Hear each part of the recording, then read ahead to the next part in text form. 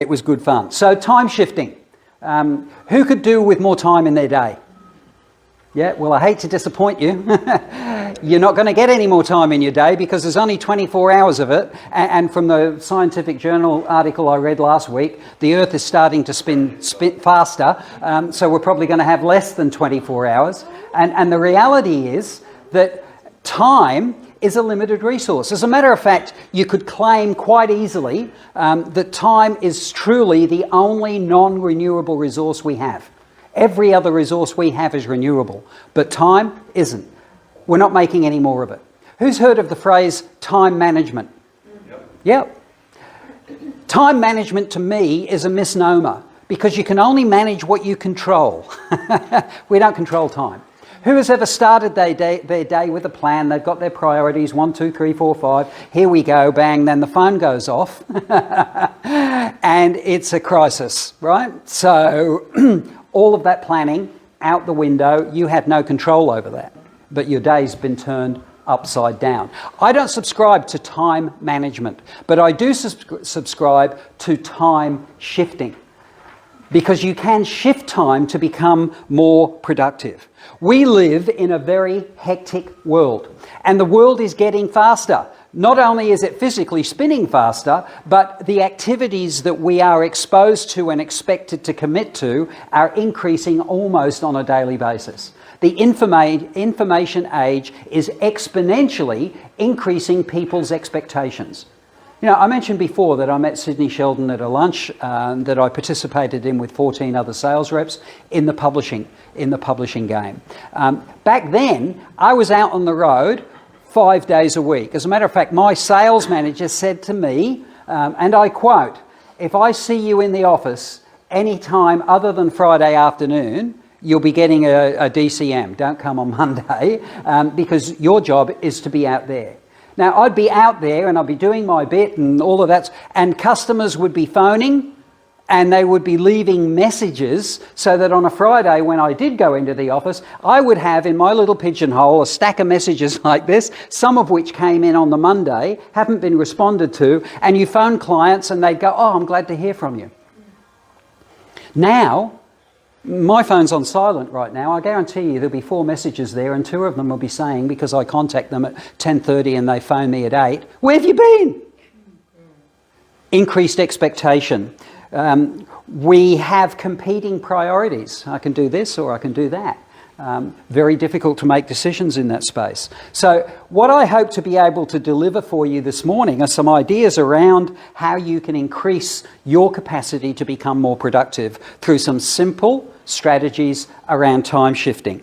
The first thing that I want you to be able to leave with is the myth surrounding prioritization. And I'll talk more about that. I want to leave with you the importance of having a system when tackling your productivity issues. Being productive is complex. There's a lot of elements that contribute to it. Anything of complexity requires a system, because if you're winging it, you're losing the game. And I'm also going to deliver for you 6 key areas that you can focus on. So starting from this afternoon, you can start to work towards becoming more productive. But first, some underpinning principles. That prioritizing myth that I mentioned before. Time management courses will always start on the premise that you've got to have the right priorities. But what do you do when you've got priorities 1 to 5 and you've got your day all planned out and that phone call comes in? What happens to those priorities? They go out the window. So when you've attended to that emergency, you then go back to your priorities list and you've got to reprioritize because everything's changed. And then you get another phone call.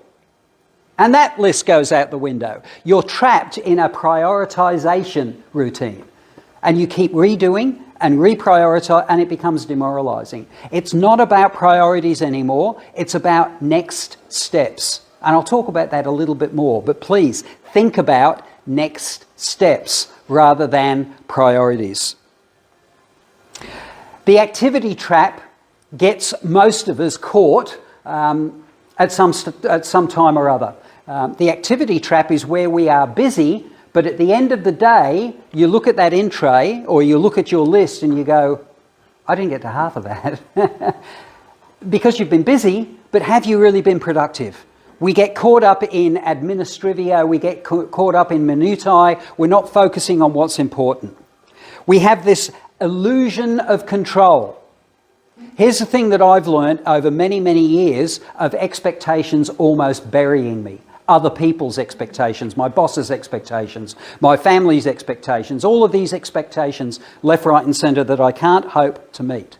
If you look at your week and you have tried to lock out or plan more than 30% of it, you're already in trouble. Because here's the bottom line. On any given day, you're lucky if you can control or influence 30 to 40% of your time. Because there's all sorts of things that are happening on a daily basis that rob you of your time. Some of them, justifiably, some of them are just time wasters. But here's the thing. When you schedule your day, and let's say it's a 10-hour day, and most people in business are going to be working at least 10 hours. Most of us are working a lot more than that. Unless you're like me and you've read the 70 to 50 book and you're only working a couple of days a week, and the rest of the time it's coffee and cake. Well, almost. So you list out 8 to 10 hours worth of work that you're going to get to because you know that's how much time you've got in a day, but you've really only got 2 to 3 hours of that you control. So if you're locking away more than 2 to 3 hours of your schedule on any given day, you're already in trouble. Can't do it. Your every day should look relatively blank. And if it doesn't, you're going to come unstuck. You're putting yourself under pressure that you don't need to. Another underpinning principle is a principle called psychic RAM. Psychic RAM is a term that was developed by a guy called David Allen, who, when it comes to productivity, is the guru. He's got a website called Getting Things Done. I think it's gtd.com. If you can, get hold of his book by the same title, Getting Things Done, because it will change your life. Sorry, what was the guy's name? David Allen. Psychic RAM, you know, we've all worked with computers. Computers have a hard drive, which is permanent storage, and they have RAM, which is not permanent storage. When you shut down your computer, anything that was in RAM is gone forever. And in the early days of computing, it still happens, but in the early days of computing, it happened with a regular monotony where you got the blue screen of death. Mm-hmm. The computer froze, it wouldn't do anything, and you had to restart. And all that work that you were working on, all gone. And it's because you had 27 programs open and you just overloaded the RAM. Because that's how a computer works. It picks things up from permanent memory, puts it in RAM so you can work on it, away you go. But there's only a certain amount of RAM. It's a limited amount. Now, it's a greater amount these days than it ever used to be, but it's still limited. Our brains work the same way. We have so much going on in our head that we get overloaded. Our psychic RAM can't cope. And as a result, we start forgetting things. And because we start forgetting things, we start to lose confidence in our ability to remember. And that puts us under more pressure, which further stretches your psychic RAM. You need systems. And you also need to remember that relationships are key. You can't be efficient to the extent that it damages relationships. Relationships require investment, that requires time. So you need to bear that in mind. So 6 key things to focus on here. Goals. You've got to have goals, and they've got to be smart, specific, measurable, achievable, relevant, time sensitive. We've got a great course in the members area of BX that talks all about goals. You've got to know your 20. The Pareto principle, which is very popular in sales environments, the 80-20 rule, applies to your time. 20% of your time, 20% of your activities are giving you 80% of your result. You've got to know what that 20 is because they become the important things that you've got to address.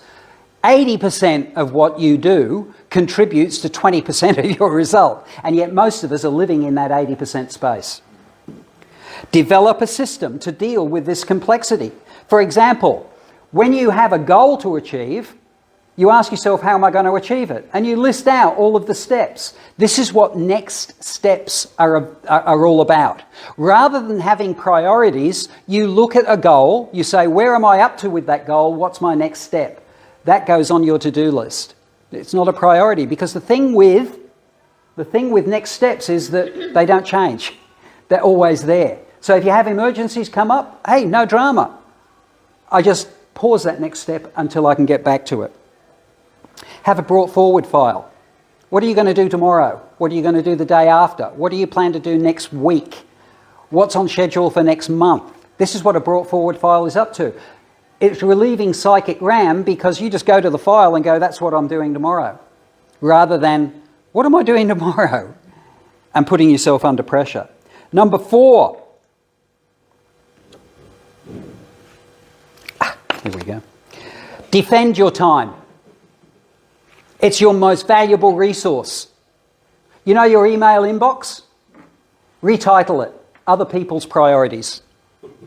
Because that's what it is. Defend your time.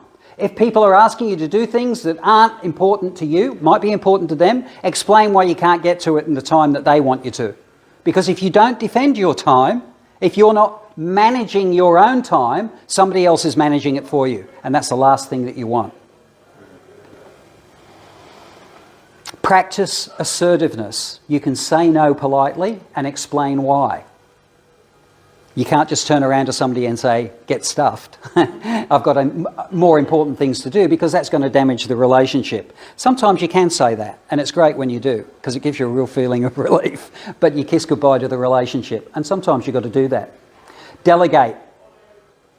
Get other people to do the things that you don't really need to be doing. You know, we've got a member here, Paula Burgess, that helps people do that through VAs. Get a VA. They're not expensive. Ask yourself, is it worth my time to be doing this? And if the answer is no, or I'm not sure, get rid of it. Get somebody else to do it. Minimize procrastination. We all do it. The way to minimize procrastination is to use the 3 Ds. Do, delegate, or defer. If you can do something within 3 minutes, do it straight away. Don't come back to it later. Do it straight away. It's only going to take 3 minutes. If you can't do it in 3 minutes, then you either delegate it or you defer it. Or the 4th D is you dump it. We procrastinate because the task is either difficult, we dislike it, or we don't know how to do it. You've got to set aside a plan in relation to that. If it's something that you don't like, do it straight away. Get onto it. Don't keep putting it off. Procrastination is the biggest robber of your energy that you are going to face. So, okay, lots to focus on there. 6 elements. And to wrap up, our world is getting busier. You need to learn how to time shift. Avoid activity traps, because they keep you busy, but they rob you of productivity. Develop a system. Defend your time. Delegate as much as you possibly can.